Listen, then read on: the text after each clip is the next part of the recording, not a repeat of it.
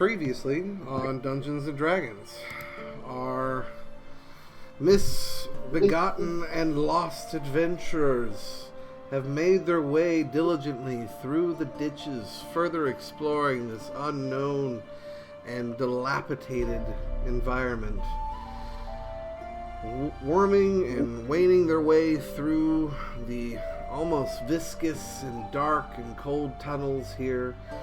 You have managed to explore a great deal of this territory, fighting and wading your way through mud zombies, actual zombies, strange rodents of unusual size, making friends along the way, potential allies, and possibly maybe some enemies. We're unsure, but nevertheless, you have pushed further still, deeper into the ditches themselves, and you found yourselves in an intense combat with a group of undead skeletal enemies atop a root bridge that unfortunately was caught aflame as you raced against its burning clock, managing to accrue or gather a bit of what you believe could be viable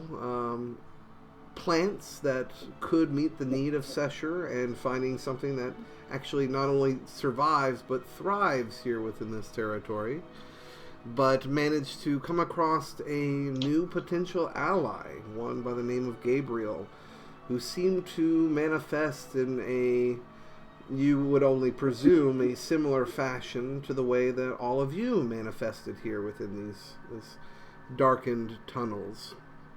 And as he nearly fell off the bridge's edge with some quick reflexes and quick thinking, Gregort managed to catch him, taking the brunt of his fall, and shortly thereafter, trying to escape from the flames, Archimedes dipped down into the ravine below, as the rest began to stagger and stretch and eventually make it to the furthest edge and the other side of the ravine. Moments later, calling out of concern, Gregort shouted out that something was coming closer, and as it approached, a large zombified ogre, surrounded by a number of other zombified humanoid creatures, began to approach their number. After some quick thinking, and possibly a lack thereof, a number of you leapt into the ravine to try to provide aid to their allies. One covered in this strange, grotesque, chitinous-like shell that you've never seen them provide or exemplify before, but quickly dropping this strange visage that he now possessed. All of you provided aid to this newly found ally, destroyed the enemies, found some goodies amongst the refuge, as well as a number of potential objects and old weapons that could be possibly salvaged to meet the needs for Abradus. After spending a good solid 30-40 minutes looking through the refuse of the things you killed and gathering these raw materials, you pack them up in Borjo's pack, as he agreed to kind of carry a great deal of the weight, and eventually deciding to use the still burning remains of the now collapsed bridge as a makeshift campfire. You all gathered around, staring into the flames, processing these last few days here within the ditches. Still feeling the warmth kind of emanating from the flames, one by one, each of you rested your head on your bedrolls to try to get a modicum of rest. And let's see here.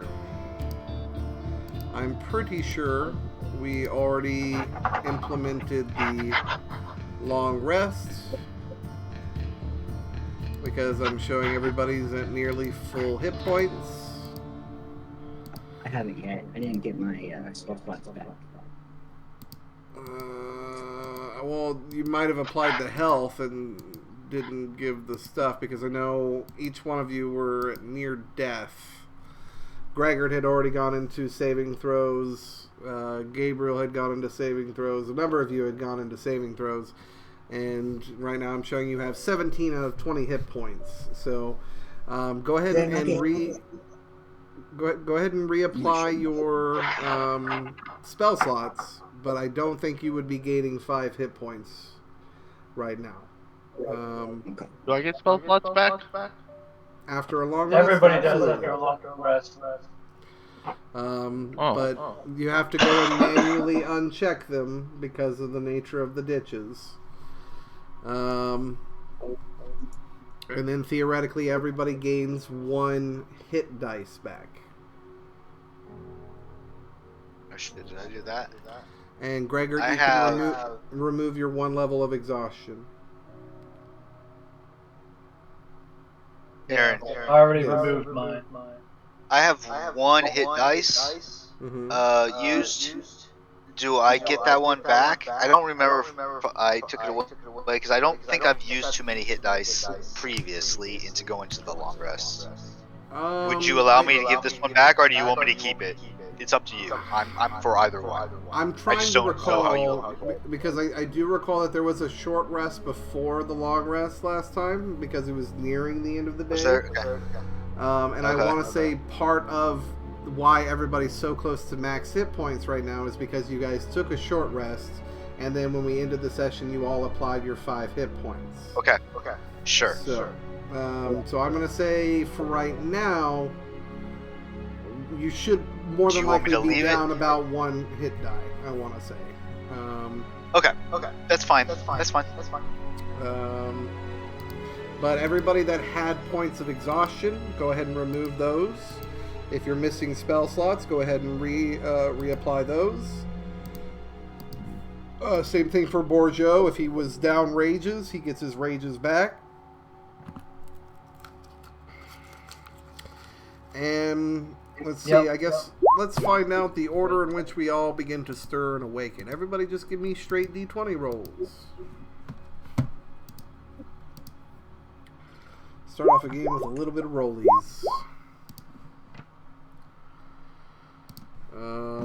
Let's see, 13, 5, 18. Nice. Oh yeah, I got to roll for for Gabriel.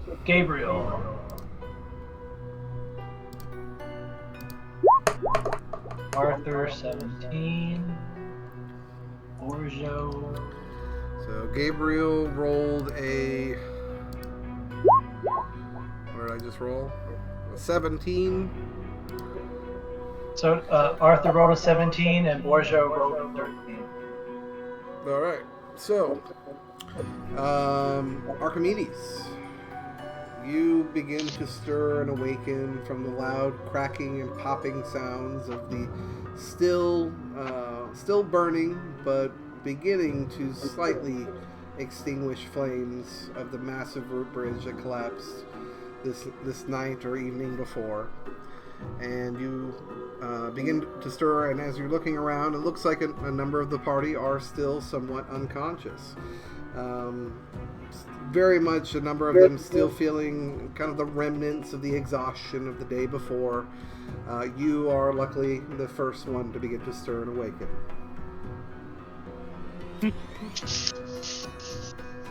Well, firstly, I make sure to put all my clothes on and re-equip everything and whatnot, and maybe I have a glance up, see if there's any way that I can see out of here. There's the rope that we used to climb up.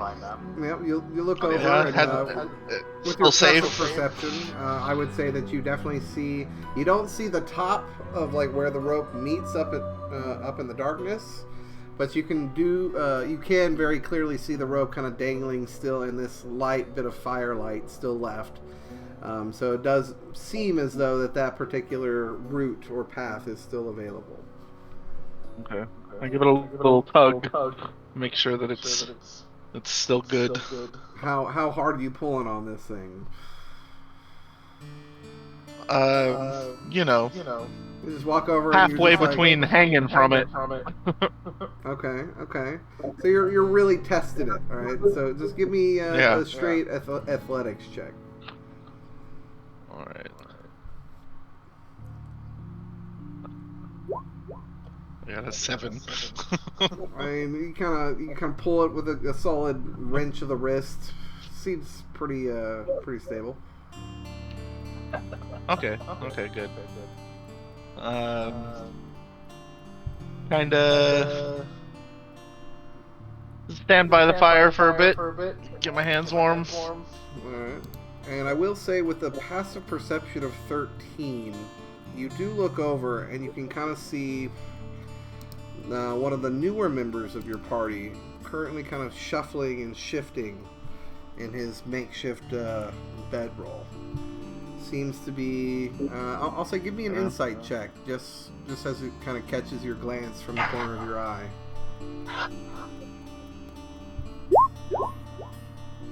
15. With a 15, the guy seems to be a little... Definitely seems as though he might be deep in sleep. Certainly seems to be being troubled. Almost maybe... Seems to be having maybe a nightmare of some sort with a 15. I'm gonna try and wake him up. Alright. So you walk over to him and just kind of like shake his shoulder. Kind of give him a poke, a little shake. Yeah. Do me a favor. Give me a athletics check.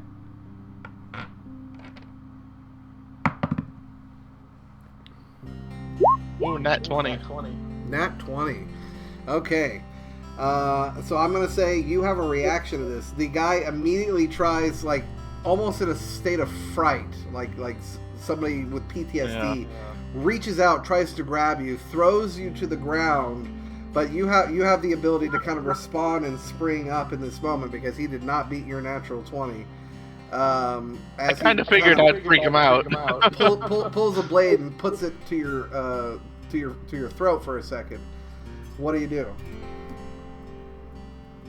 I said, hey, buddy, I saw you were, it looked like you had a bad dream or something. I just wanted to check on you. Right. My apologies. He pulls his blade back for a moment, kind of retaking in his environment. You can kind of see the look across his face of confusion to sudden remembering and realization of, oh shit, this is where I'm at. My apologies. Sheathes his blade, kind of places a hand, kind of Picard palms for a second. Can I ask what you were seeing?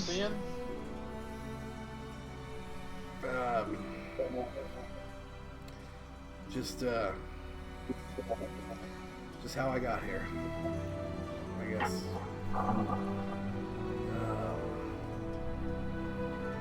Again, my apologies. Still not quite used to the territory, I guess, and just a bit antsy, I guess.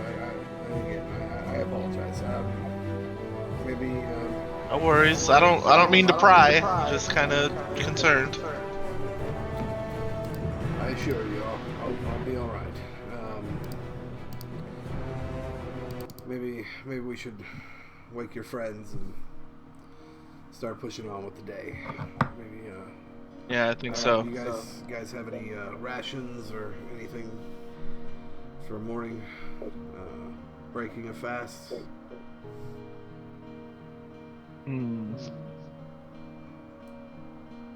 I'm not sure.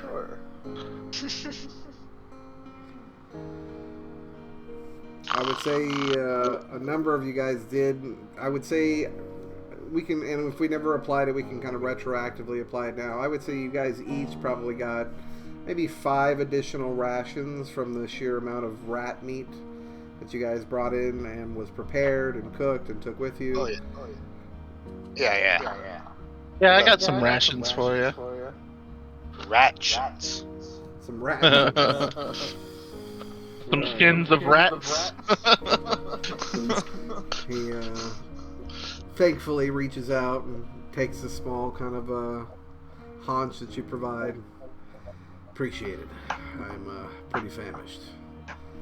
Begins to kind of bite down on it and kind of see a weird look spread across his face after he takes that first initial bite.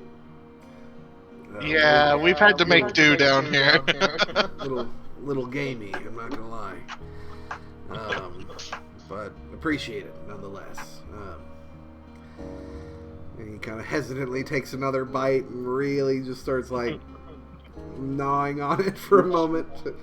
But a moment later, we begin to see Arthur begin to stir. And Arthur, you very clearly see the now fully armored Archimedes, and now the re-donning of his armor, Gabriel, beginning to stir and awaken. Yep, that's a spot.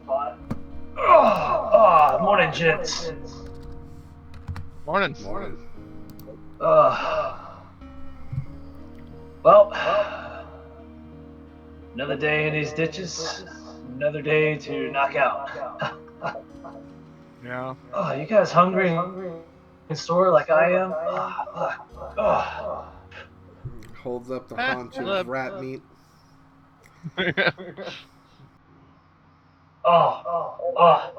Beautimus. Hard to be hungry when this is our food. Hey, You watch Gabriel you can take take one what more you bite, get. kind of offers you the rest, being like, please, have mine. I'm quite full, actually. Thank you. Much obliged. I mean, this is a great source of protein, you know. I mean, back at the farm, we had some problems, but hey, rat meat gets it going. I mean, check these guns out. It's rat Whatever meat, that you say. is. I see what you mean, Archimedes. Yeah, sorry, I didn't want to tell you. You see him kind of go green in the face for just a second. I'll be fine.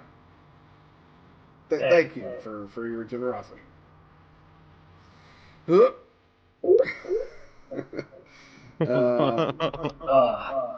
And starts redonning his armor. Yeah, I'm eating some of the rat meat, and then once I get done, savor the meal. I mean, it might not be the best, but I mean, what has been provided to me will be used in providing nourishment and strength needed to continue on this journey. Absolutely. And then I start donning my armor back on. And then I'd say probably about the time that you start finishing off that last bit of the morsel and start donning your armor, Arn Deathfoot and Gregor begin to stir and awaken as well. What's up, everybody? Yo, Gregor, you sleep all right? Yeah, as well as working down here. Thanks. Still here. Hey, Aram, blessed to see you, my friend. Good morning, sir. Yes. We're still alive. Okay. I have to ask, how do you know it's morning? You just don't. You just assume. Whatever your body kind of tells you. You know? Fair. But it keeps the mind sharp when you think like that. Is today the day we want to get out of here? I mean, we can only hope. Only hope. But I don't think today is the day. It'll be 2 days from now. But regardless, with these goods that we have gathered, it's one step closer Just sparking that hope. And do we want to take these back to camp now, or should we keep pushing We forward? should go look a little forward, do what we came to do. Otherwise, we're gonna have to come back out here again. Yeah. We came Well, to. the rope is on the other side of the chasm. I mean, we still have to get back across the chasm, but we still need to go investigate. Isn't that the Well, that's whole what I'm reason saying. we're here? The rope is on the side of the chasm that leads us to go further. Yep. I agree with Aram, Borgio says. I think we should push I mean, forward. we did promise recon. And We can't go back that empty-handed. maybe Did we check the rope? Is that rope to get up? It looked all right to me. Okay. I mean, do y'all feel like setting out to go further? I mean, I'm ready. I'll eat some rations and feed a little to Nicodemus. Wait. Yeah, Nicodemus, and then is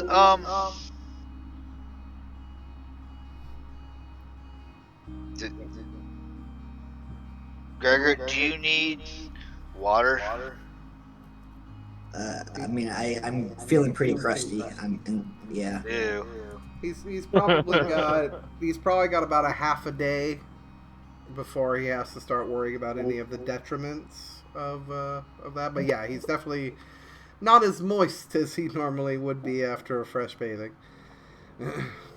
Quick, everybody pee on Gregor. Please, it's for my own good. I mean, you guys can certainly try. I mean, emergency situation. Emergency situation. But is it? That's is why it that it's always time for that? necessary to drink your own urine. Yeah. I guess I'm gonna walk to the rope and kind of give it a little tie and start climbing. All right. Yeah. Is everybody following suit? I'm gonna give a quick little prayer. Yeah. Time to get up there and see what's going on. Yeah. Okay.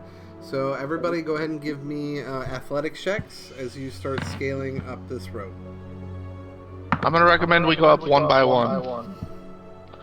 I'll go first. That way we're not putting too much strain on this. All right. I cast guidance. Oh shit. All right. Oh shit. Oh. Wait, was it athletics you said? Athletics, yeah. Okay, well, damn, it's -1. Okay. It still did better. So Gregor starts making his way up. He makes it about 10 feet, and then one of your bandages kind of slips on the rope, and you just kind of clump down onto your ass down at the base of the ravine. Meant to do that. Freaking, we'll say that Arthur kind of steps forward, and he's like, all right, let me show you Watch how it's done. And starts climbing up. And after a moment, you start to watch him kind of disappear into the darkness above as he scales upward, climbing up the rope. Borgio follows suit and disappears a moment later as well. And the only thing you can really hear is just like the occasional kind of grunt and breathing of them kind of shifting and pulling their weight up the rope.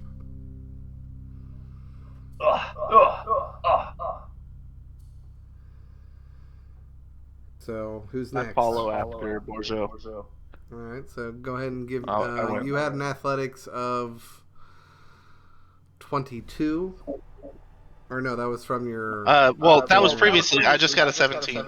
Okay, then yeah. A moment later, you watch Archimedes, kind of billowing duster, kind of shift and disappear into the darkness as he climbs further upward. A few moments later, you join Arthur and Borgio at the top.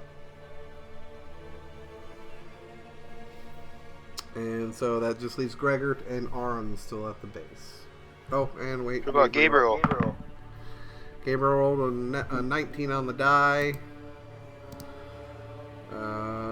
Plus 5, so 24. Yeah, he easily, like, almost got a full-on run climb, goes up that fucking rope, no problem. Hops off just behind Archimedes.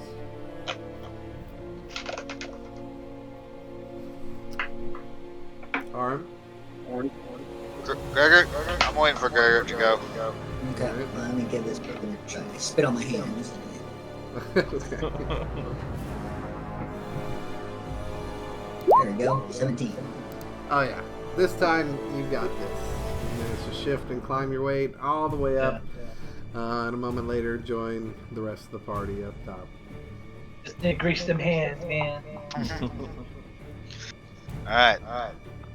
Look down at Nicodemus and be like, alright, buddy. Here we go. I rolled a 5. 5.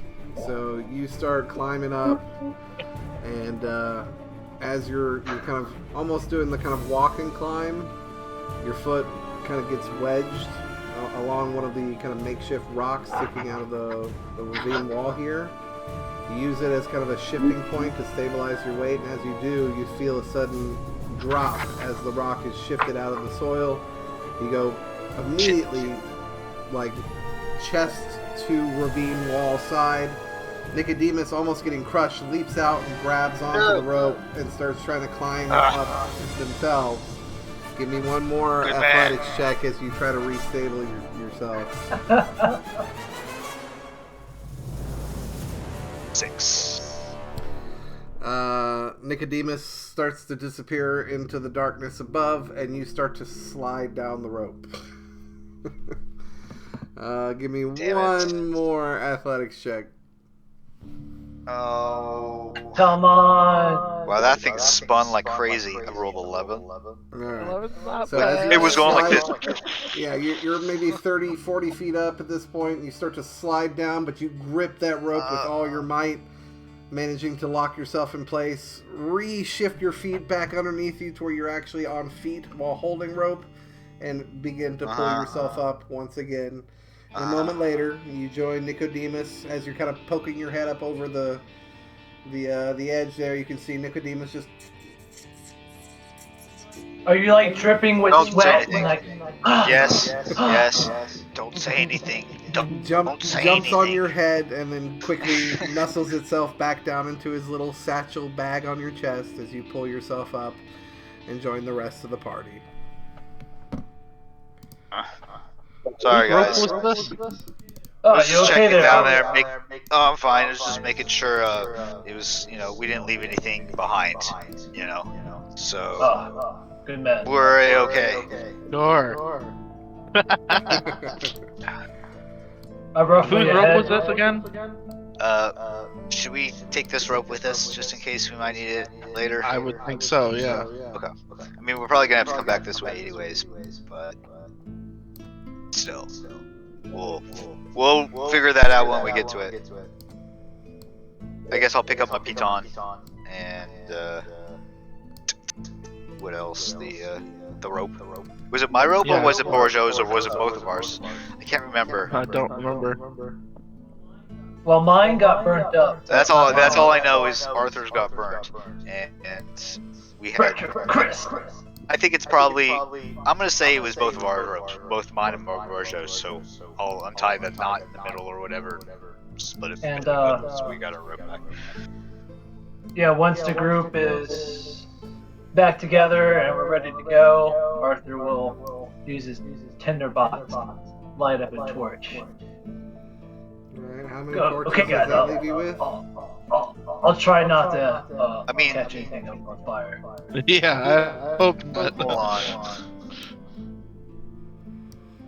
Arthur I have 4 torches, now I'm down to 3. Okay. So as you pull out your torch, Gabriel will pull out his the strange kind of almost T-shaped club, that whip-like thing that he's had on his person since you've met him. You watch as he begins to kind of whisper a small prayer to himself, and you watch as the T-shaped object he possesses begins to illuminate and give off a vibrant white and yellow glow. And it gives off about as much as it gives off about as much light as your torchlight. So what? 20 feet? I think That what torch is? 20 feet? I think it's 40 feet for bright light and then another 20 feet of dim light. Okay. Good. And you guys continue heading south, kind of southeast, along the lip of the actual ravine here. Go ahead and give me perception checks as you guys start walking your way along these edges.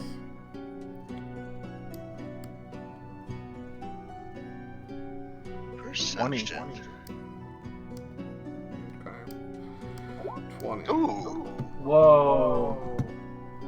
And oh yeah, Gabriel. Was that Borzo? We saw some shit. We seen some shit. So Yeah. this is also kind of a recollection roll as well. So you guys recall you guys had kind of further explored the ravine on the opposite side.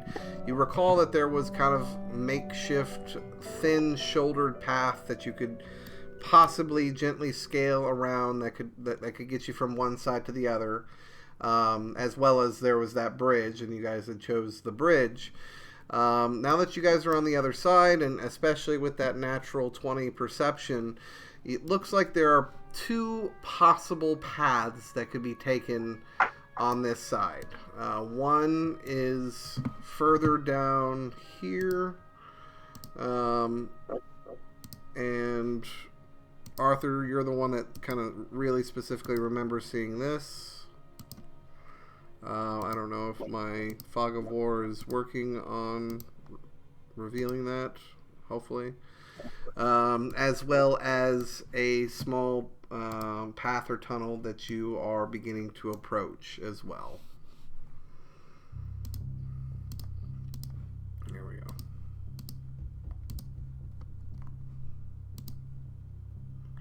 So you can see that there are roughly two potential paths before you.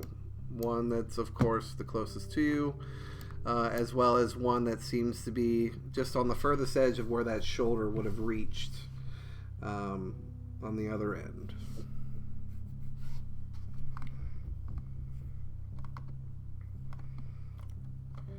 Do you share this information with your party? Yes, I share the information. What does that sound like? He's like, Sounds like words. I do remember seeing this, like, splits off into two ways here. We got the way in front of us and the one that's coming directly to our left here. Looks like the one that's, like, in front of us kind of keeps going along that cliff edge we were down below with. That might Which lead way you back guys to- That might lead. I don't know. I don't know. Well, we know. What do we know? We know that this leads to one of these paths, or both of them lead to their encampment. What do we know about their encampment? Like, did they have a place outside their camp they would go to for stuff? Because maybe that could be one of these places. True. You know what I mean? Like they had. I think I recall Yejin saying. I got my notes in front of me. Yejin saying something about having a. Shit. Like a farm or something. Someplace where they would go get stuff. And I mean, we might have already been there, but this could be somewhere else they go. You know, this one path, and then further down is the way to the thing, or vice versa. I don't know. I think we just pick one. Is the path, DM, the one that's going towards the left side? Does that one seem to be going uphill at all, or like is there any elevation change? Yeah. I mean, like most of the tunnels here, I mean, it looks like tunnel, and it does kind of arc up a little bit, but it does kind of curve back down. You're unsure of how long this tunnel may be. You know, a lot of the tunnels here have usually been a number of hours of travel. So each way, potentially, without ever traveling it before, you have really no way of knowing of the elevation it will take you, or how deep and how far each one will go. Well, Well, this one here to our left seems to have a little bit of elevation before the curve. Maybe this leads to an upper direction, but I mean, there's only one way to find out.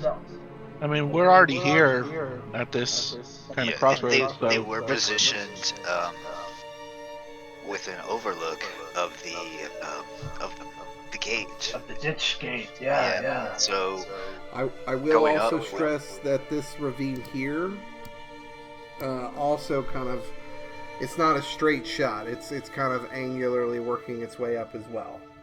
So okay. Well, either way, I say let's try this one first.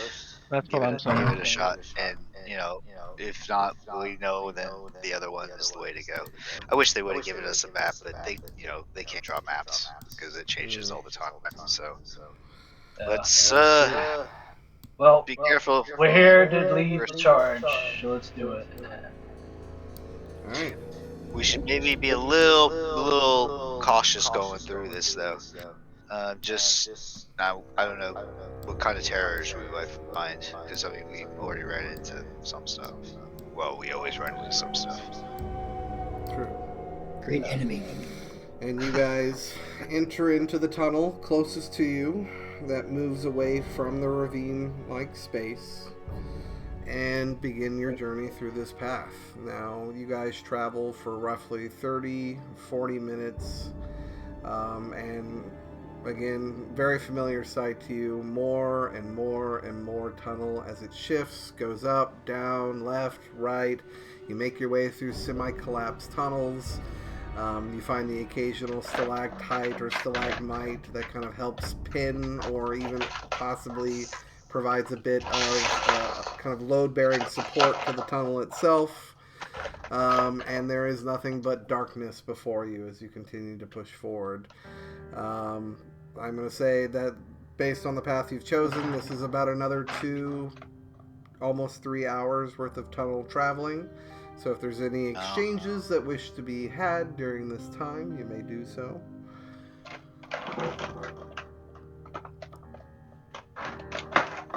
No, not me.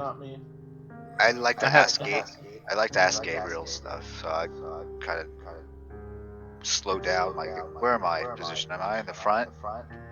Shit. I would say that you're in the back next to Archimedes. Gabriel's kind of up front with Borgio. Oh yeah.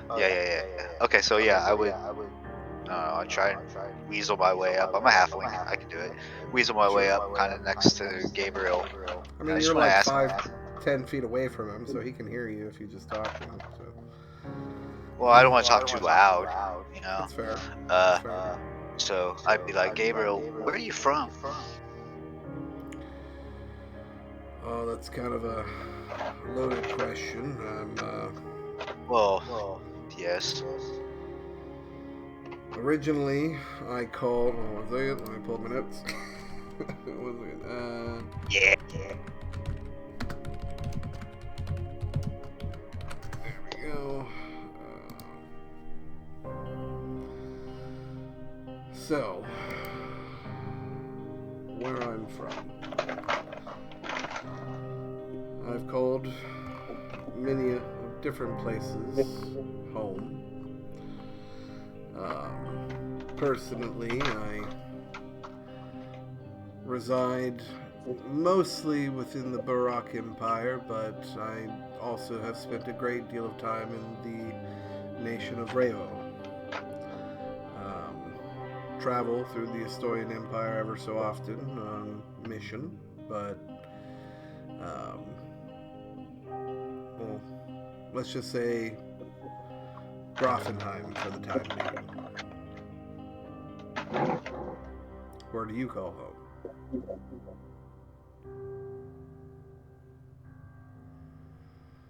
Let's pull him in Yeah, haha. No.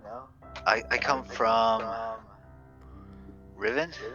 No. Well, originally from Riven, but I've made my way since there into Astoria, and I've been there kind of ever since. God, what was the swamp place? So Riven is in the Asturian Empire, so it is in Astoria. Small. It's a relatively decent sized town, if I remember correctly. A city on the edges of the Black Mire. And you guys were in the town of Lunsk when you guys all met each other.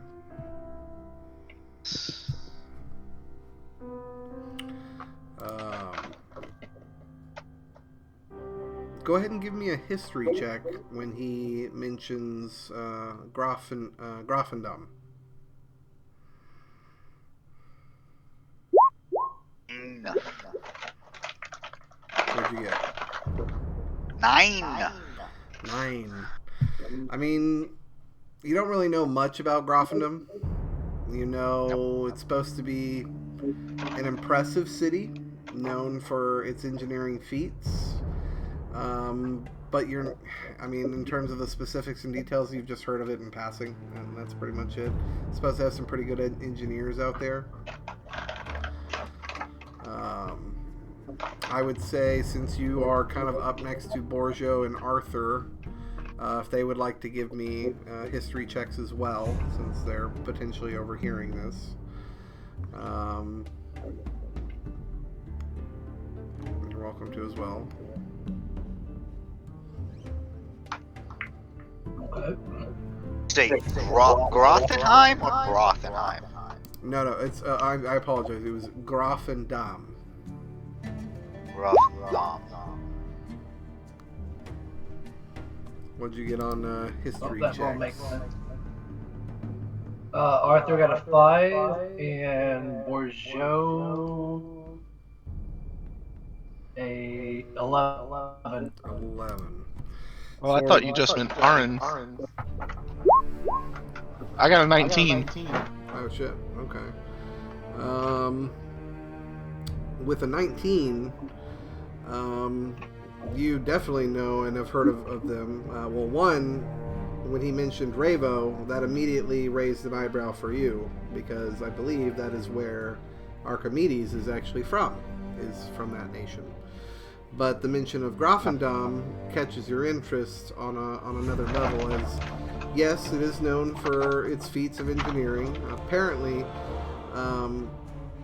the majority of this massive dam that's actually carved from obsidian black granite is kind of where it gets its name from. It was initially constructed a long time ago, and actually who constructed it remains a mystery. Prior maintenance was undertaken by the Barak Empire, but it was believed that the Grafendam was built by the Grebenstein dwarves long before they went into hiding. And with the 19, a great deal of the upper classes take their social statuses quite literally in that particular area, kind of residing in very domed shaped homes that are kind of roofed by the dam itself. And the aristocracy there, called the Gildreef, have kind of constructed almost a perpetual winter wonderland. It kind of teems with villas and evergreen gardens draped with magical lights everywhere. However, the base and lower districts of Grafendam are a hive of crime and poverty. And with the kind of growing population there, a vast ghetto of rickety high-rises kind of sloping over the outer walls of the dam has kind of become known for a major hub and trade for the black market in those territories. But that's what you would get with a 19. But as I said, I believe I've heard of Lunsk. I've traveled through there once or twice. They have a pretty decent tavern there. I think Tidewater Tavern. It's a pretty solid ale and soup. That's where we all met. I've never Yes. personally been I to come from Riven Riven, myself. though. Man. Rivendell. Riven. No, Riven. It's a swampy town. I've heard of it, never been there myself. I hear it's not too different from the slums of Grafenham, but I hear. Tell me, does the Dark Fall extend that far east? Would I know what this Darkfall is? You would absolutely know what the Darkfall is. Anybody that has resided within the Estoian Empire within the last couple hundred years would know that the Darkfall is the name of the event that was when the sun virtually disappeared from the lands of Estoia. Yes. And absolutely, Riven is very much affected by the Darkfall. Yes. It's been like that for years, Let's see. as far as I can remember now.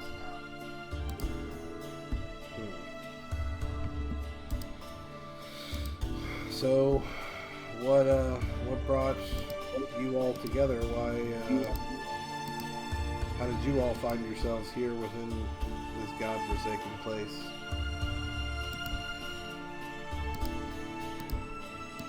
Still a bit of a mystery, but not really. We were sent on a mission to retrieve an artifact, and while retrieving the artifact, we ran into a lich, and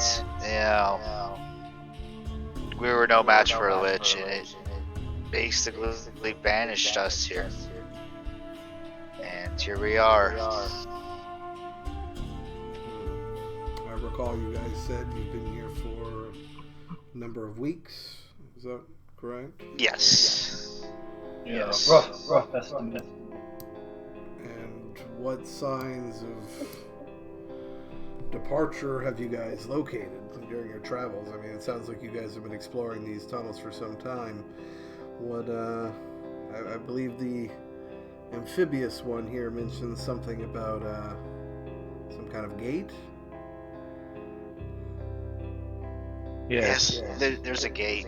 We're on our way. We're trying to find a original camp of the kind of group of survivors in here, because apparently they were able to view the gate from the camp, from an overlook at their camp. But the gate's guarded by an evil, fiendish, demonic, undeadish beast, and we're just trying to gather information and maybe find potential allies such as yourself, or even just something else to give us the advantage of being able to take on this beast and then open the gate and escape. I see. So the reason for visiting this old camp is to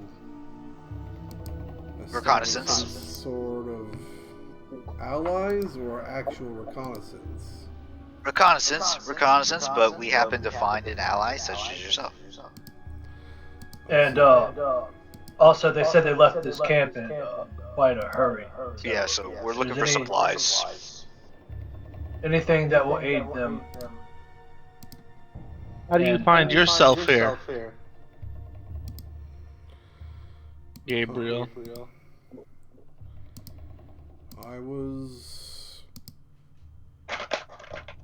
in a trepidous situation before I found myself here.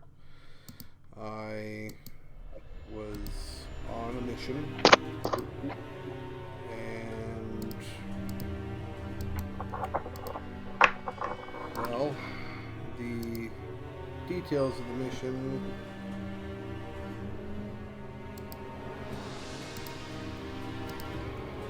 kind of looks over at a number of your party, looks you over. Give me an insight check, Professor.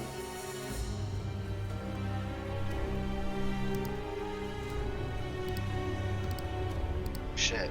Yeah, nat 20. Nat 20.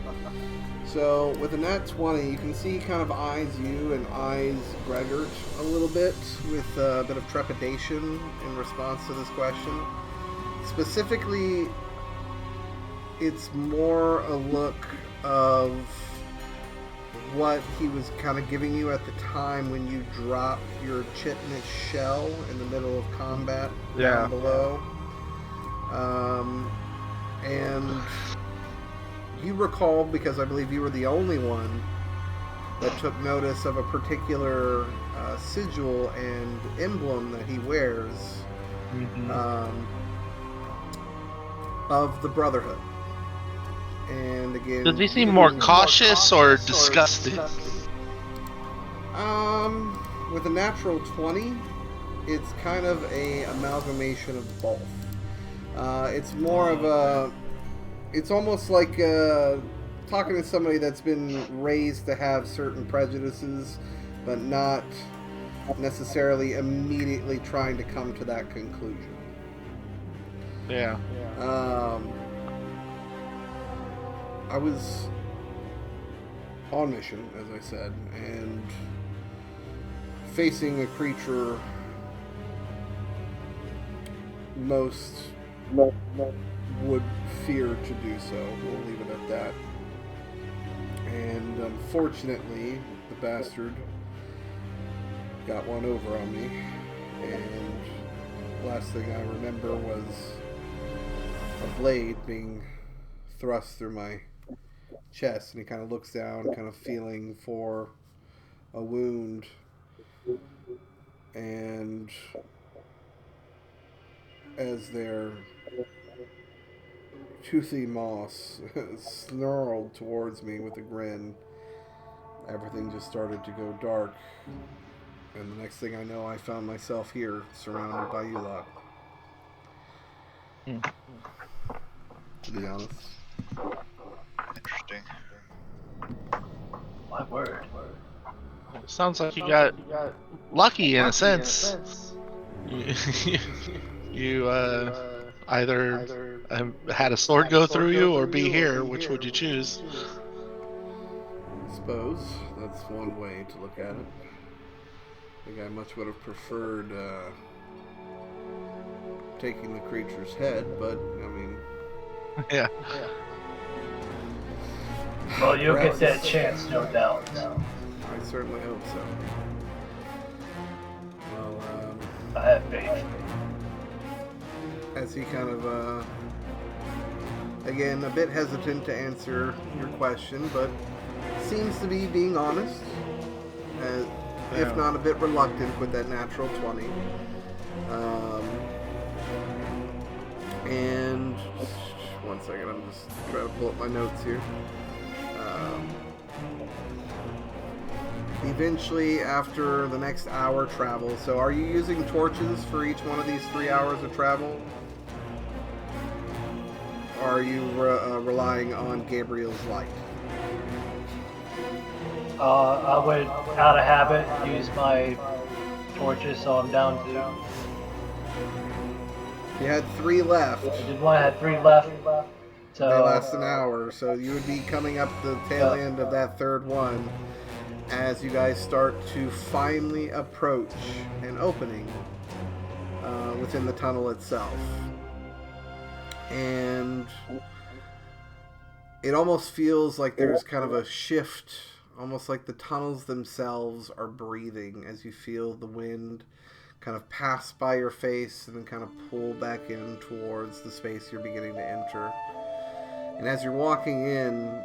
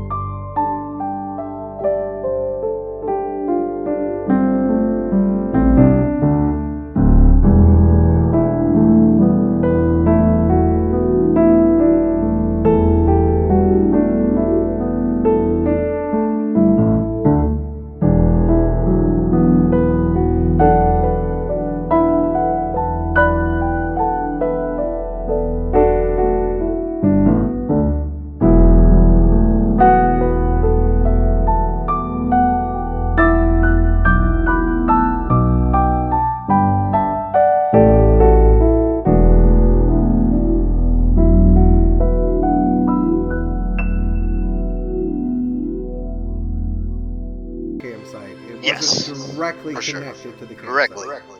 Yeah, for sure. But the room definitely seems to have been unchanged since the last time individuals called this place home. If you guys want to look around, you're more than welcome to give me investigation checks. Yes, please. I need to look for Yejin's stuff. I'm looking.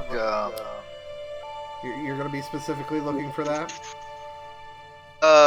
More so, yes. At the very first moment when I'm starting to look, that's the first thing I'm kind of looking for is stuff to help Yejin out. Of course. So go ahead and give me an investigation check, and I'll say because of his guidance given to you, you may do so with advantage if that's what you're specifically looking for. Yes. And then I'll need you guys to tell me what your numbers are. Bourgeot got a 18, and Arthur got a 7. All right. I got a natural 20 for a 22. Hell yeah. So immediately your eyes are drawn towards that large scorch mark that blistered the threshold here. While you're looking at that blast mark on the ground at the threshold, you see a small piece of mechanical ingenuity a few feet away, kind of thoroughly covered in soot and mud. And searching through the kind of belongings here, you absolutely find what seems to be kind of a blast-made trap that Yejin set there. Clearly already set off, but you can easily gather some of the components. So go ahead and mark one of Yejin's tinkerings in your inventory. Bourgeot got an 18. What did Dropey or Gregor and Archimedes get? What type of roll are we rolling? Investigation. I got a 13. 13. 18 for Bourgeot. 16. And then Arthur, you got 7. 7. Okay. Oh, look at that salted pork. I will say you do find, it looks like that particular trap, some of the tinkering pieces seem to be engraved with a small icon of a very, very small owl, and it reminds you of the conversation that you had with Yejin. As you're looking around further still, while worthless potentially here in this space, the two people with the highest rolls, collectively I'll say that was Bourgeot and I think the professor, correct? That's 18 and 17? I had 13. Okay, so then it was... What did Gabriel get? Gregor.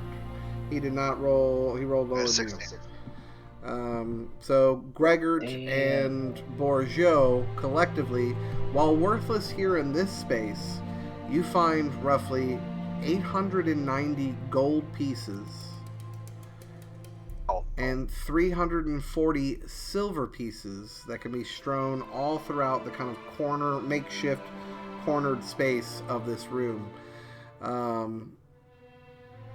I will stress that the professor, you find, along with Aaron, a handful of nails and hammers, saws, and cloth for bandages.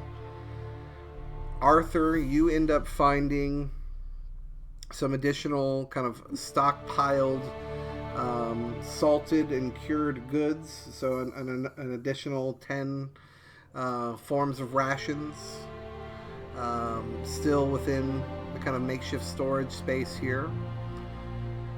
Sweet. And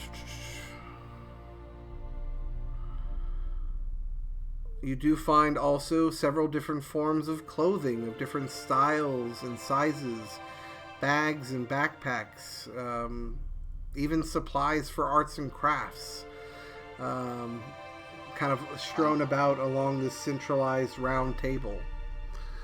Let's see. As you kind of walk over to start collecting these rations and some of these, estranged articles of clothing, Arthur, and you kind of sprout out saying, "I told you we would find it." There's kind of a unnaturally still moment of silence as everybody begins to start bagging their possessions that they're discovering. Suddenly, you start to hear like a shaking and rumbling from the very walls themselves. You look over, clattering across the table, one small little kind of saucer-like clay plate shifting and then crashes down to the ground, shattering to pieces. As you turn to look to that, suddenly you start to hear a rumbling, and that rumbling seems to be originating from behind. Suddenly moving with surprising speed and grace, this massive, large, kind of unspeakable pile of putrid mud, gore, skeletons, just everything, an amalgamation of body parts and pieces comes rolling through the northern bit of the tunnel, and suddenly, well, first and foremost,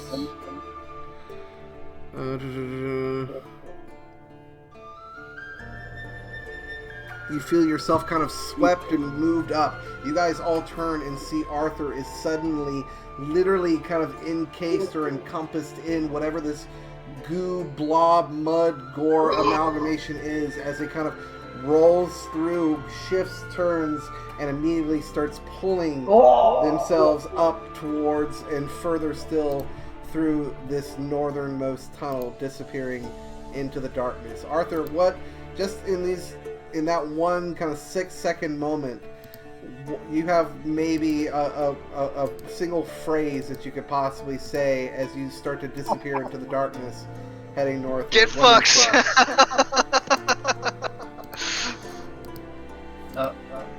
Help! Mike. Oh, good.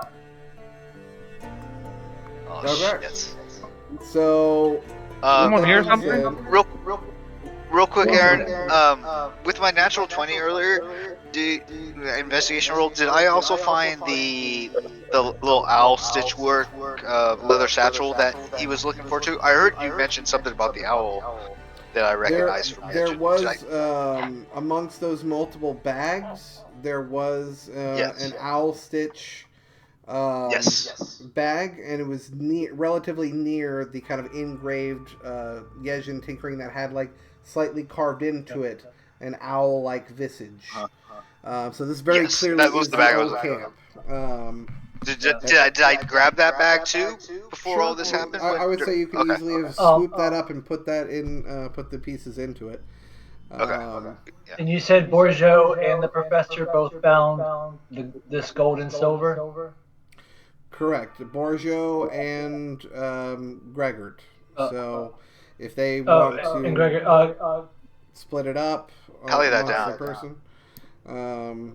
yeah, because I was going to write it down real quick. I don't know if anybody did or not. Yeah. Somebody write it down. Yeah, somebody write it down. It was 800 and something gold, 300 something silver. It was. Yeah, let me write it down real Roughly quick. 890 gold pieces and 340 silver pieces that were kind of strewn across the floor here.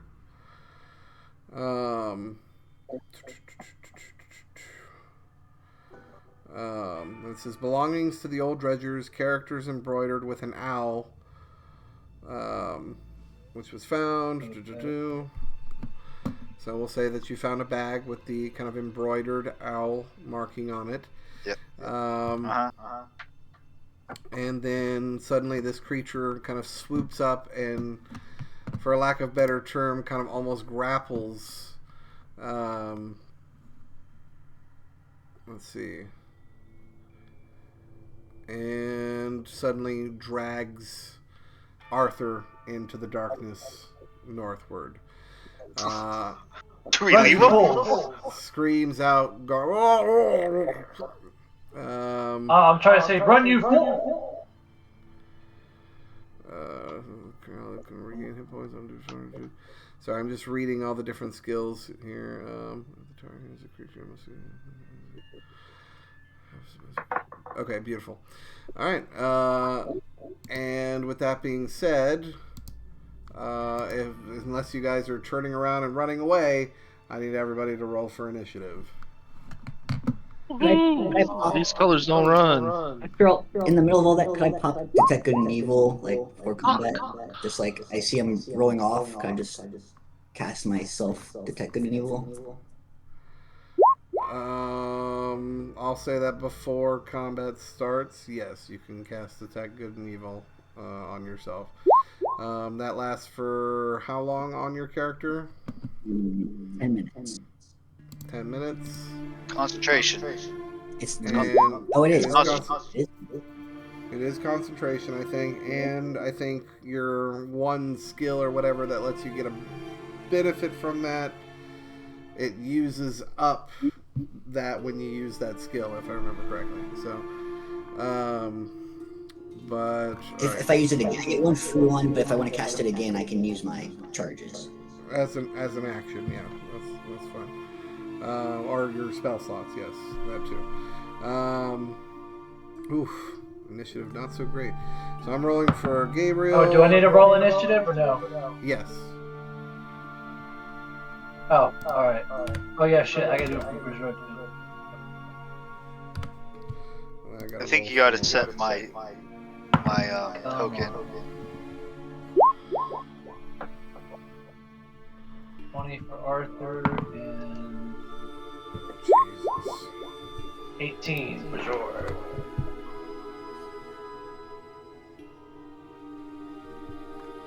What'd you roll for Borgio?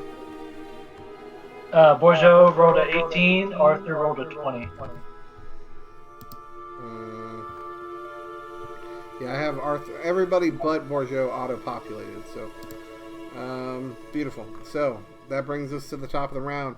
As you guys give chase into the tunnel, heading northward, you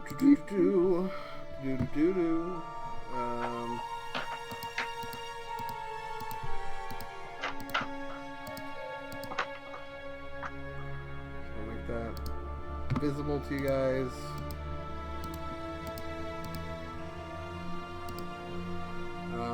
Shit. And I thought I had.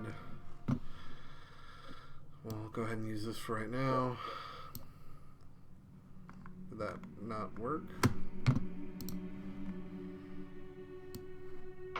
Oh, talk about Arthur's still in the group.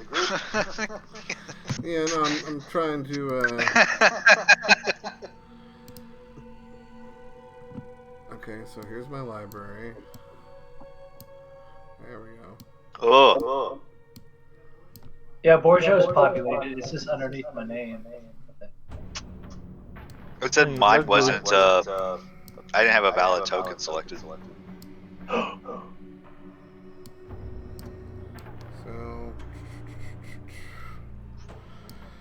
technically, Yeah, I don't you know are what that immediately means. spilled out of the form of this creature, Arthur, and technically you would have taken. Ouch. 1 second. Gonna hurt. Gonna hurt. Plus 3. Maybe. That is 8, 4, 12. 15 points of bludgeoning damage. And I need you to give me a strength or dexterity saving throw, your choice. Okay. Hold on. No.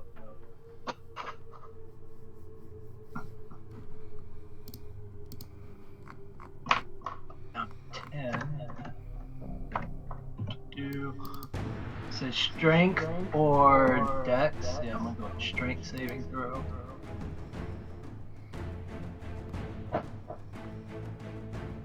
Come on. Natural 20! Hold on, let me do the.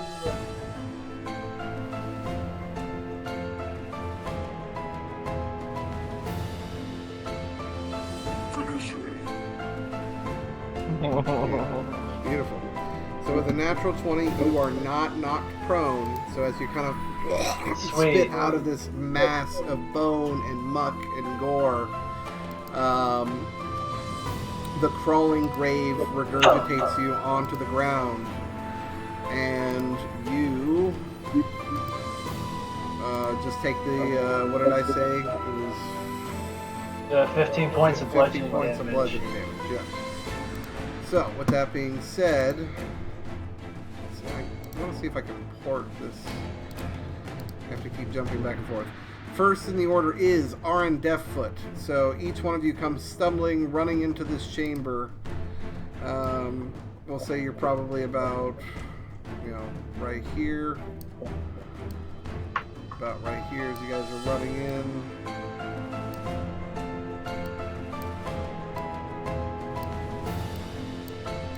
Again, I don't like to use these as battle maps, but we'll try to make it work. So, with that being said, what would you guys like to do? Arin Deathfoot, you are up. You run into this chamber. Oh man. It's the chamber being filled with the light from the strange weapon currently that's got light cast upon it. What would you like to do? Do my party members look like they're? I mean, we all ran after, but do we look like we're gonna fight this thing, or do we look like we're just trying to get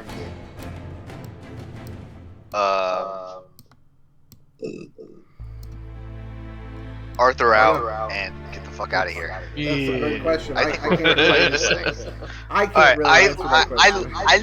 I look at this thing and I close my my right eye and my left eye flares, and it needs to make a saving roll. What kind of saving throw? Charisma saving throw. Alright, I'm pretty sure that's a fail. Okay. It's DC 12. Yeah, that's a fail. Okay, good. So it's marked by my eye, Alright. and I am going to. Is it engaged with Arthur at the moment? It is. Okay. Do I get advantage for my attack if I run up to it? Wait, let me see if I have the movement for it too. It's kind of far away. 5, 10, 15, 20. I have A 20 feet full movement, right? movement would get you right behind it. Yeah. I'm gonna do that. Sprint up to it. Da-da-da-da-da, and give it a good old. Pull out my newly acquired short sword and give it a good old whack. Beautiful. Alright, go ahead and give me an attack roll with advantage. Natural 20. Damn. Natural 20 fucking hits, yeah. So, and this is, I believe, a what Bloody. type of damage? It's piercing damage. It's my Okay. with my sword, the dawn light. Is it a Alright. magic sword? It is a magical weapon, I believe. It's a +1 Is- short sword. I think I added the thing, customized it. Yeah, I did that. I added the hit bonus and everything. The Okay. +1 and stuff, yeah. So, go ahead and Alright. roll. So, by default, remind me, what's your total dice rolled? In a normal attack?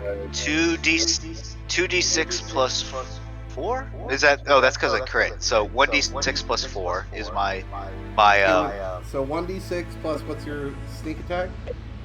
2d6. So it's So 3d6. 3d6s.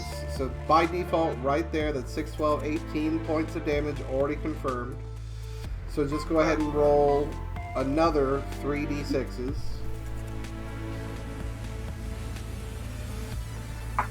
Jesus. I'm just gonna do that. Oh, 6 out of 3. yeah, that was a really bad roll. And that counts your +4 too. No, that doesn't count with that. That was just straight three sixes. So you Okay, got the so- 4 to it, so that So would be 18 10. plus 6, that's 24, plus 3, that's 27 points of damage. Beautiful. And then, as you run up and swipe, you do manage to cleave a massive chunk from the creature. but it seems as though the piercing damage that you strike it with seems to not do as much damage as you would have hoped, as effective an attack as that was. So that was, what did I say, 23 points of damage? 27? 27, yeah. So half of that. Because there's 18 plus 9. Yeah, 18 plus 9. Right. No, I know, I rolled 6 plus 4, so it's 18 plus 10. So it would be 28, would it not? 28. At one point, DM, you said it was a plus 4, and then you said it was a plus 3, so I don't know. Yeah, you said It was plus 18 3, I think. plus 6, that's 24. His 6. Plus the 4. Does that get a plus 4 on it, or a plus 3? Wait. From what I'm tracking, he gets plus 4. Yeah, I do. Okay, so yeah, it's 28. Alright, so in essence, what that means is it does have resistance to piercing, so it takes half of that. So 14 points of damage. It's armored. It's the end of my turn. Alright, solid turn though. Next in the order is Arthur. Your body covered in this goopy gore as you are just out onto the fucking ground. What would you like to do? Okay. Question: what's this indicator above my character? What is that? The indicator above your what? Above my being character. eyeballed. So there's an eyeball with slime on it or The something. eyeball is on the creature. Monster. Yeah, that's my part. Oh. Okay. Gotcha. Okay. So Arthur coming out, feeling like really fucking hurt, like from that situation. He touches his hand to himself, like he grips his chest, and I, as my action, use lay on hands. I'm gonna use all 15 of them, That and brings you up to the with 25 my hit points. and as I'm doing that, yeah, that will bring me up. Yeah, that would bring me up to 25. But I'm also going to use my feature of shit. What's it called again? Divine Sangromancy. So as this healing magic is touching me and gripping me and combining with my blood, I'm using my last hit die to amplify that healing. So let me roll the d10. You like some sort of blood paladin? Hey, and I got It's a 10. racial So thing. it's a racial thing. Cool.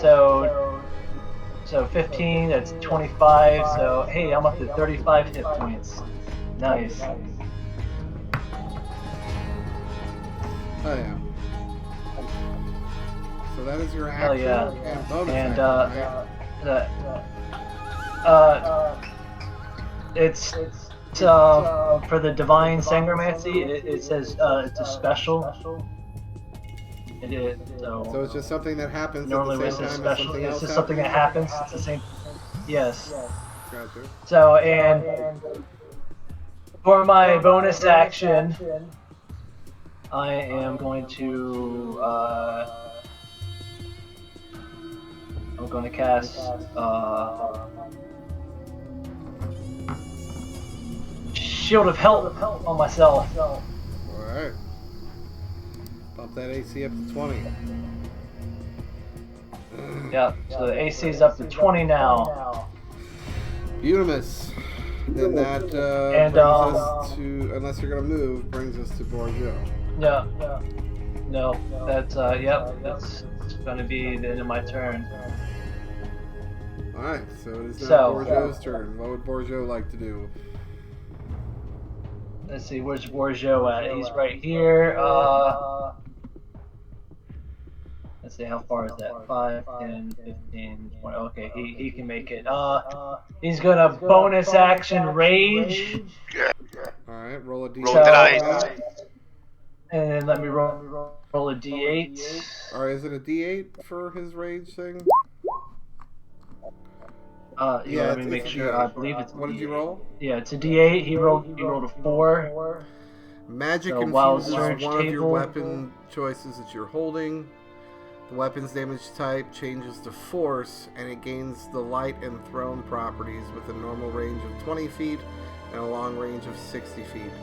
If the weapon leaves your hand, the weapon reappears in your hand at the end of the current turn. So, I'm assuming the longsword +1 that he's wielding? Yes. Okay. So suddenly we watch as he screams out. We see that same kind of broly, green, sickly energy kind of spread from the jewel, kind of encased in his chest. As it spreads to the longsword in his hand, it begins to illuminate with that same kind of putrid green glow. What is Borjo doing? So after he rages, he just whoosh whoosh starts running. He feels that light glow wickle and trickle up to his arm and onto his blade. And then once he gets to the creature, he's just gonna come down with an upward slice. Ah! Oh yeah. So go ahead and roll an attack roll.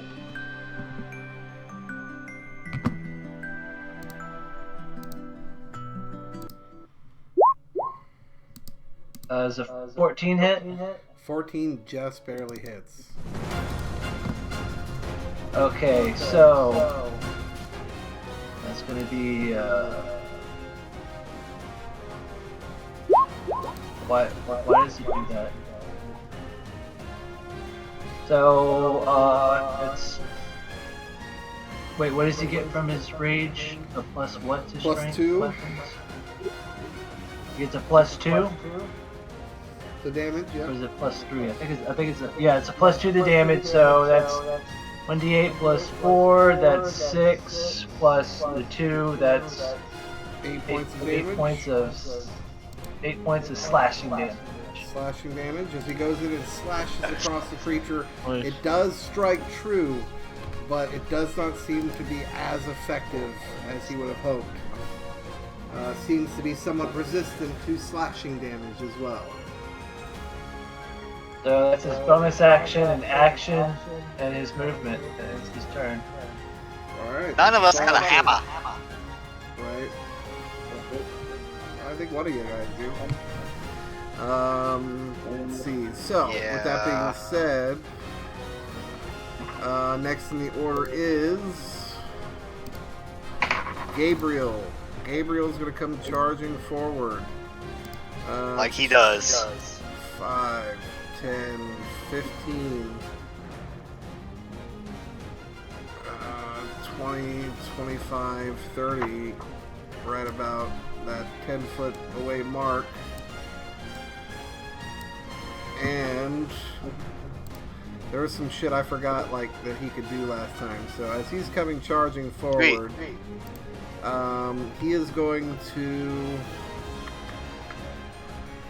uncheck his spell slots used because he got a long rest.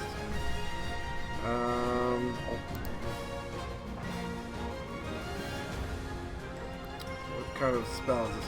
As a bonus action, he is going to cast Divine Favor as he starts whispering words across his weapon as he's going into a charge, allowing him to do an additional 1d4 radiant damage with his melee attacks. He is then going to outstretch. You watch as the top part of the T-shaped weapon drops down with a heavy thump as a chain-like whip drops from it as he goes to crack the whip at the creature. Let's see, for the action, that is a 15 to hit. So that hits, doing... Nice. Oh shit, 11 points of damage plus... Gotta roll a d4. Fuck, 4 points of damage. So the 11 points of damage is halved to 6 because I believe it does do piercing damage. So 6, but the radiant holds true, so that's 10 points of damage. Nice. And he did use his bonus action for the spell. What does he get with his whip master skill feature or whatever? So whip specialist. You can attempt to grapple a creature using your whip instead of a free hand. When you successfully disarm a creature, or when you hit a creature with an opportunity attack with your whip, the target must succeed or become prone. Well, that doesn't help. He is also a war priest. When you make an attack action, you can make one weapon attack with a bonus action, so he can't do that because he already uses bonus action. But he is going to action surge. Ooh. What? He's a lighter. He is a cleric fighter. Oh, cleric fighter. Interesting. Well, I mean, if you think about it, both of them use wisdom for their thing. War priest. So, Yeah. Like a war priest. Yeah, I went with war priest cleric. So kind of like Pike. That's going to be another attack. So let's roll again for that. Ooh, 18 plus 5. That's a 23 to hit. So that absolutely hits. And then he's going to roll damage. Oof, not so great. He did 7 points, halved to 3. 4. You always round down. 3. But I do get to roll a d4 for radiant damage, which is another 3 points of damage, which he does not have resistance to. Beautiful, nice. Solid. So that's an action surge, bonus action. I don't have multi-attack. So yeah, you just watch as he just starts doing a flurry of just flicks and smacks with his now radiantly illuminated chain whip dropping out of his T-shaped battle cross. That is going to be, I think, his full movement, action, bonus action, and action surge. So that's it for Gabriel. But I think a solid turn. Next in the order is Archimedes. Gregor roll. I am going to. Let's see. Gregor had 4. Oh. D's had a 5. Jeez. That's good. The caster's in the back, though. Oh, that's cool. I'm gonna do a guiding bolt on this From creature. where you stand? Yeah. Alright, I wasn't sure if you were going to move out like a little bit more centered or not, or if you're going to try to stay around this nook of the wall. Well, as long as I have a clear view of them, right? Yeah, I mean, you can always step out and step back in. that's also true. If you want to move like 10 feet out, just so there's no Sure. allies. Yeah, I'll do that just to be sure. Alright. Yeah, I'll move a Guiding little bolts. bit, and then let's see. What does this look like? Is you 11. 11 does not hit, I'm afraid. The bolt Fuck! flies straight over the creature's head as it swarms, swiping as it's getting struck by the whips. Unfortunately, does not make contact. So as your action, you still have bonus action and movement. Yeah. Yeah. Missing with a guiding bolt always sucks. Yeah. I think I'm just gonna not do anything else. Are you gonna go back to your cubby hold or stand there? Yeah, I mean, No, I'll if he stand pulls there. there, I'll say he gets like 1/5 coverage, giving him an extra point of AC. Oh, okay. Sure. Yeah. Okay. That sounds good to me. Because cover is a thing. So, next in the order is Gregor. I'm gonna cast a Mind Sliver on it. Alright. Actually, is it all glowing? Like, because my Detect Good and Evil is up. Mind Sliver is a range of 30 feet. The 60. No, Mind Sliver is 60. Alright, then yeah, more than enough range. And that's an intelligence saving throw from the creature. Yep, 13. 13. That is a fail. Okay, he takes 1. Bane would be helpful.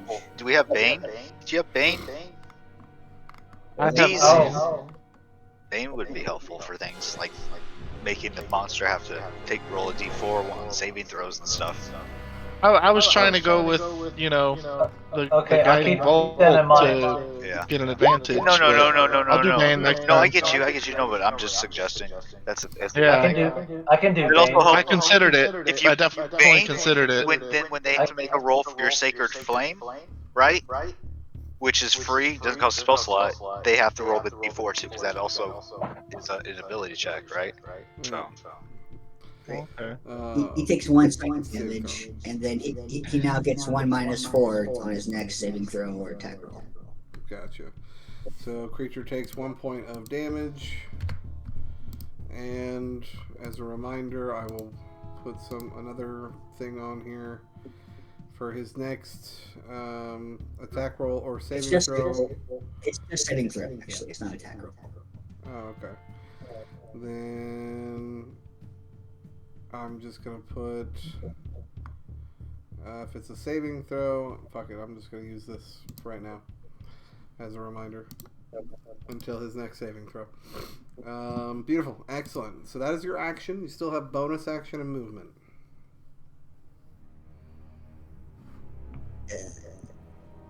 I'll just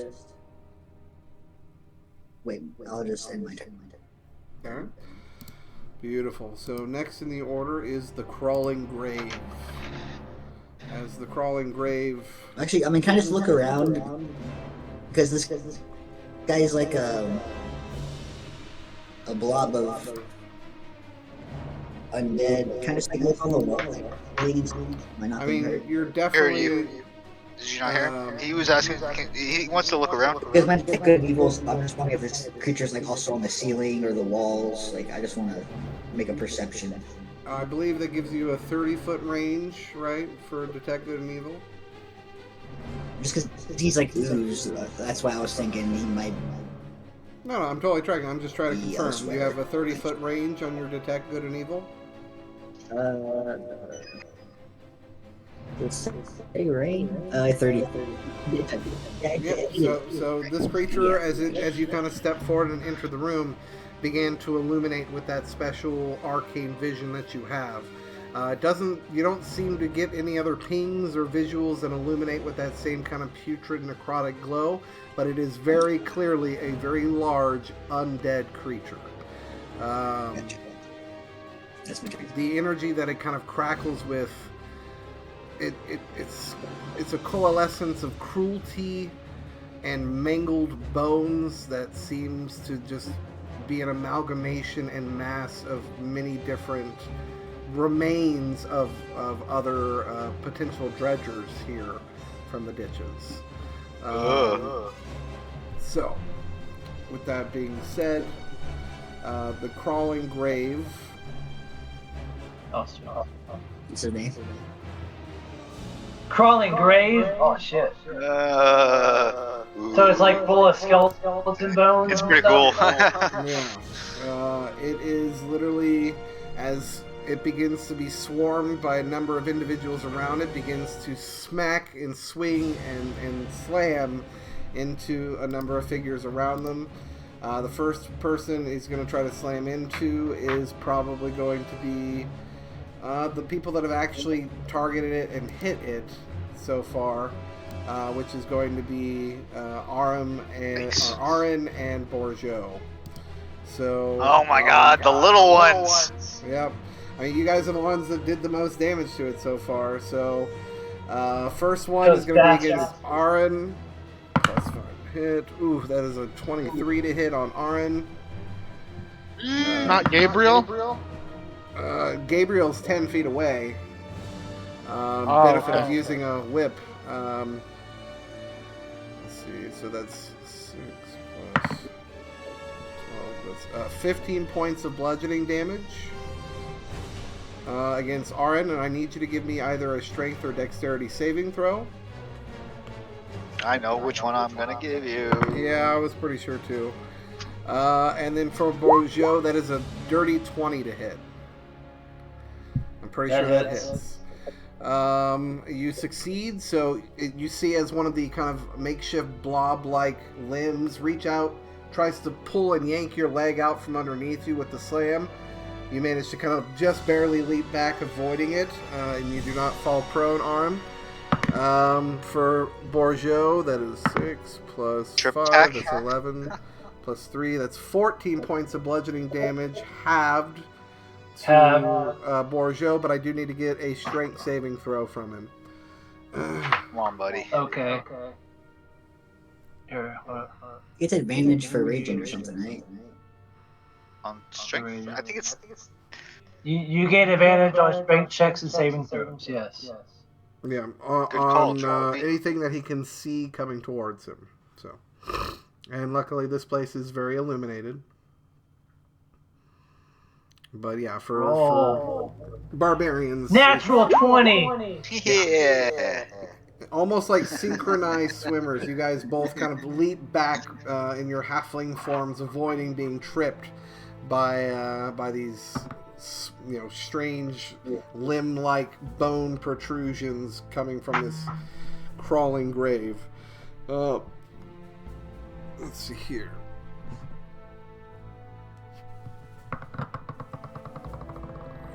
Oh no, did my phone die? My phone might have died. I need a wall outlet, not the fucking PlayStation. Yes.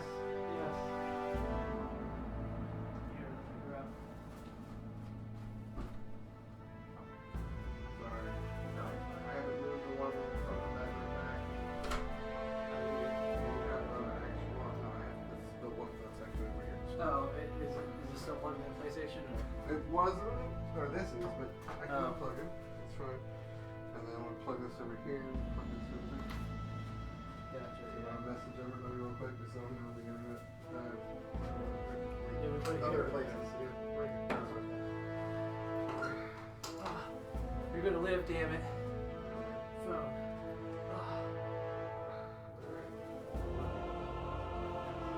Tell them, give us a second. Sorry.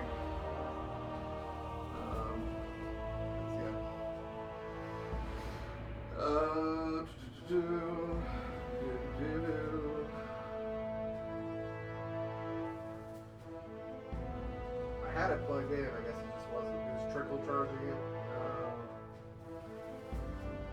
If I don't have internet going and like downloading and streaming and all that all at the same time, it's usually not so bad. It only had like 20-something percent when you started anyway. I just needed to hit 2% and I can reboot. Yeah, they all. Aaron said Roger.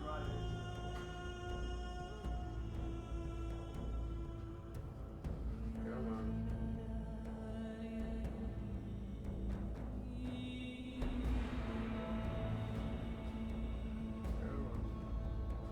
Hit 2%. I just heard a single as my phone made a noise, and I was like, no, please tell me it didn't die. Alright, we hit 2%. I'm rebooting now.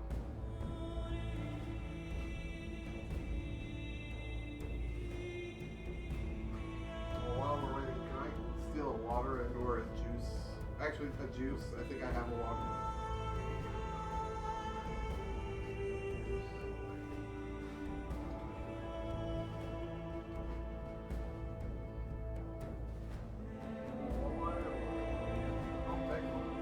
Yeah, here you go.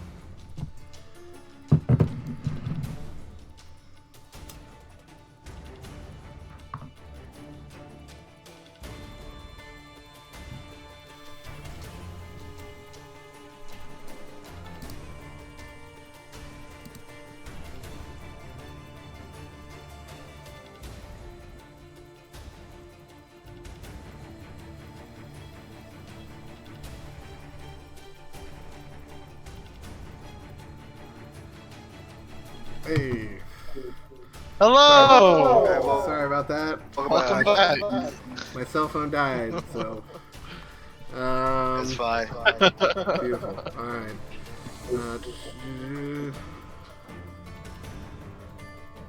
Okay. And I think that's going to end the Crawling Grave's turn. After doing the 2 slams. Creature space and concerns of crawling can move through a large opening. Crawling Grave can't regain hit points. Hey, Aaron. Yes. You said that you're frozen. What? You said you're frozen. Am I frozen? To them, and I couldn't hear you over the mic or Check my phone again. It shouldn't be dead again. No, it's charging. 5%. Check the hotspot. Because I'm not showing it as visible anymore.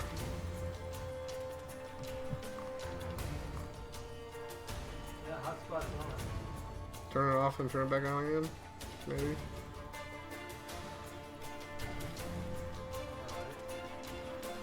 It's the only thing I can think of.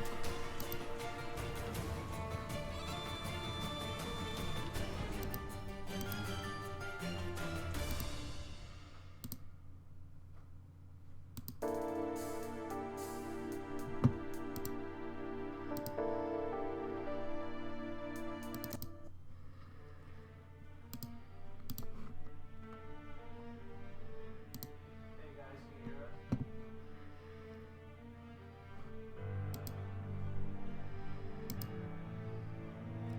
Says it's connected. Well, it just showed you. You just disappeared from Discord. Okay. You guys frozen now? Chris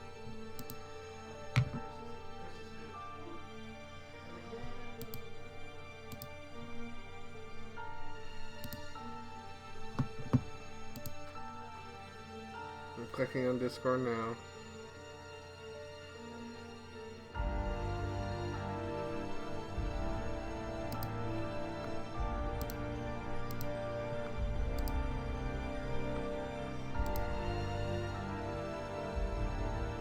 It says I'm connected with no internet access.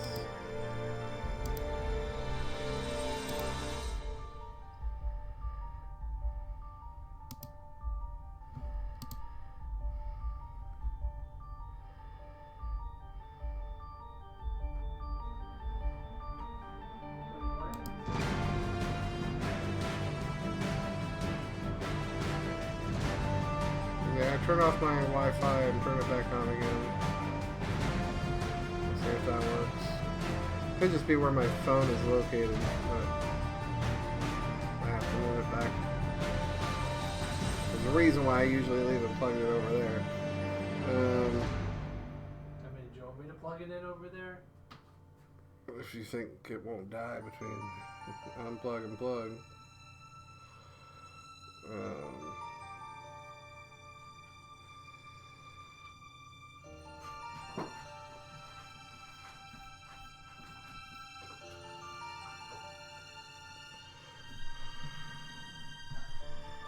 Come on, computer. Quit being stupid.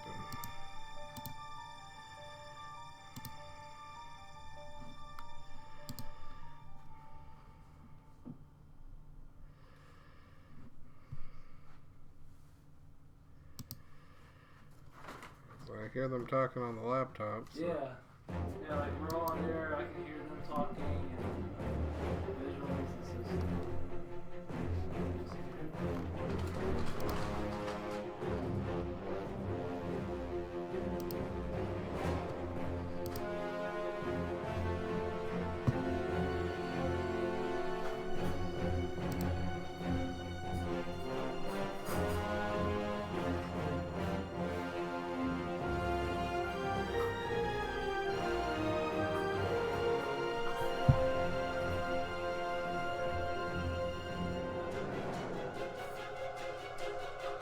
Next, you son of a bitch.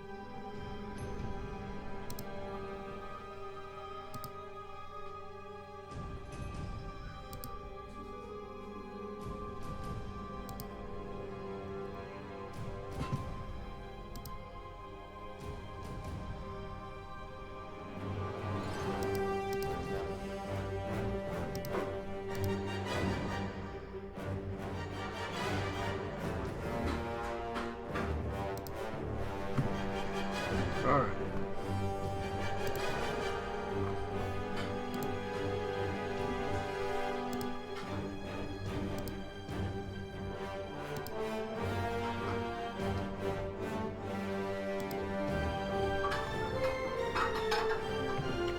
Come on, really?